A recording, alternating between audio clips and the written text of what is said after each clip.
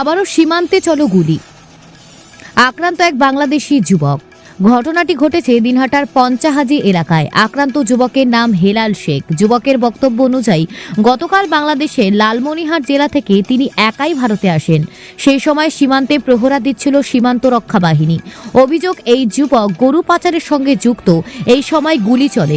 আহত অবস্থায় যুবককে দিনহাটা মহকুমা হাসপাতালে ভর্তি করা হয়েছে। ঘটনার তদন্ত শুরু করেছে দিনহাটা থানার পুলিশ। আহত যুবকের মাথায় আঘাত লেগেছে বলে প্রাথমিক সূত্রে হাসপাতাল জানিয়েছে। তার চিকিৎসা চলছে। তার বক্তব্য অনুযায়ী তিনি তার শ্বশুরবাড়িতে এসেছিলেন, কিন্তু গরু পাচারের অভিযোগ অস্বীকার করেছেন অভিযুক্ত যুবক।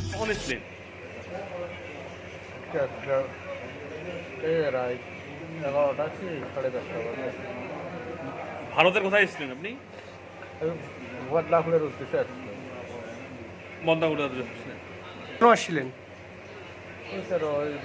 দারু দিতে। তারপর এখানে কেমন করে, হাসপাতালে কেমন করে আসলেন?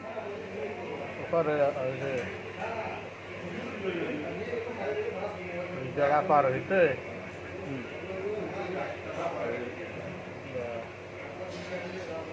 লোক আমাদেরকে দেখিয়ে রবার বাড়ি। হাসপাতালে আপনাকে কে নিয়ে আসছে? ওই ছাড়ে দাঁড়িয়ে বিএসএফ নিয়ে এসছে? কি নাম আপনার? হেলাল হোসেন। ইন্ডিয়ায় কে নিয়ে এসেছিল আপনাকে? ভারতে কেমন করে আসছেন? নিজে নিজে আসছেন না কেমন করে আসছেন? হ্যাঁ, ঠিক আছে। এর আগেও কি ভারতে আসছেন?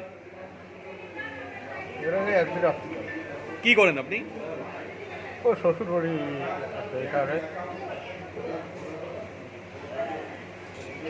কাল রাত্রিবেলা গরু পার হচ্ছিল কি ওখানে? আমি গরুটা তো গাড়ি দেয়। ওখানে গন্ডগোল দেখেছেন তো রাত্রিবেলা? কোথাও গন্ডগোল হয়েছে? না।